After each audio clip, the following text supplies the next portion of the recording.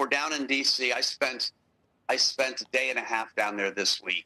I fundamentally think a bill is going to get done in the next few weeks. The Democratic senators in earnest want to get something done. The Republican senators in earnest want to get something done. These are complicated bills. I mean, it would be complicated if me and you sat down and tried to write the bill. But when everyone is pushing for their own agenda, right? Well, let me ask you about the bill, because I think there's maybe many more sticking points than that. But the two that people focus on right now is just what authorities the CFTC has versus the SEC, and perhaps maybe the bigger one. And you hear people like Brian Moynihan get asked about it, and others, just about stable coins and what, how they will work and whether, depending on what they're allowed to be able to do, whether ultimately you're going to have a lot of money coming out of the banking system and what that means to credit in the country.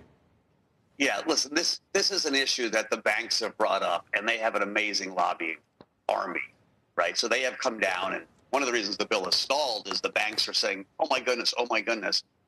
If you go to JP Morgan right now, or Bank of America, or any of the big banks, and you put money in a savings account, you get about 11 basis points or 1 basis point.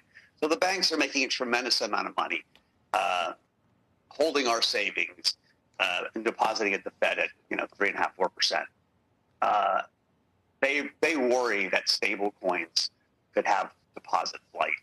The reality is, well, but just to be clear, they worry if stable coins are allowed to effectively accrue interest or some other kind of points or other things, that there would be deposit flight. That is right now. That's the central issue, because they're not allowed to technically yet.